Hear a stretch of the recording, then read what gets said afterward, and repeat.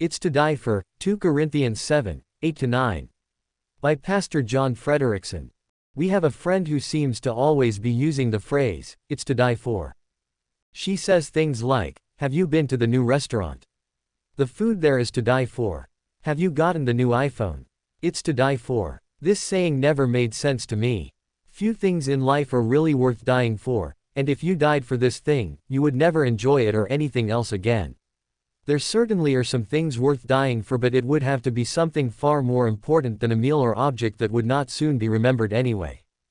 However trite the above saying might be, Paul said something similar to the saints at Corinth. Ye are in our hearts to die and live with you, 2 Corinthians 7, 3b.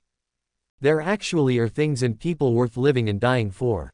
Paul was willing to die for the cause of Christ. Persecutors had tried unsuccessfully to silence him when he preached Christ and a new dispensation of grace available to Jew and Gentile alike. But the Apostle Paul would not be silenced because he did not live for himself. His attitude was, for me to live is Christ, Philippians 1:21. Paul had embraced the truth that Christ died for all, that they which live should not henceforth live unto themselves but unto him which died for them and rose again. In other words, the Savior was worth living for, and he was doing just that. But he also thought ministry to other saints, like those at Corinth, was worth dying for. He told the saints in 2 Corinthians 7, 3, ye are in our hearts to die, with you. In other words, he was willing to die for their spiritual benefit. That's why he told the saints at Philippi the same thing, if I be offered upon the sacrifice and service of your faith, I joy, and rejoice with you all, Philippians 2:17.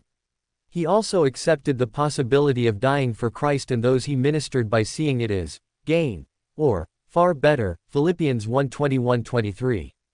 Going home to his Savior would only be a joyous reunion.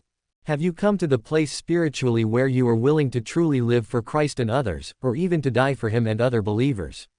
Today is the day you need to mentally pack for this journey, surrender to Christ, and report for duty. He is to live or to die for.